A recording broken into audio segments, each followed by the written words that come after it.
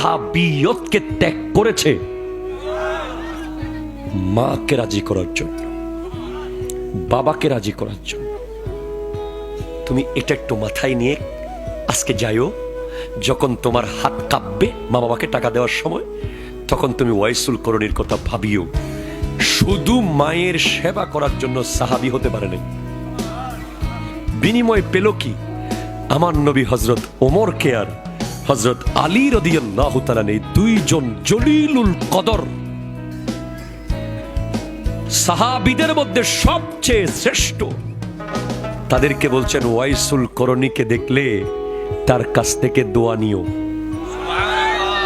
সাহাবী দোয়া নেবে তাবেঈন থেকে, এক র‍্যাঙ্ক নিচে।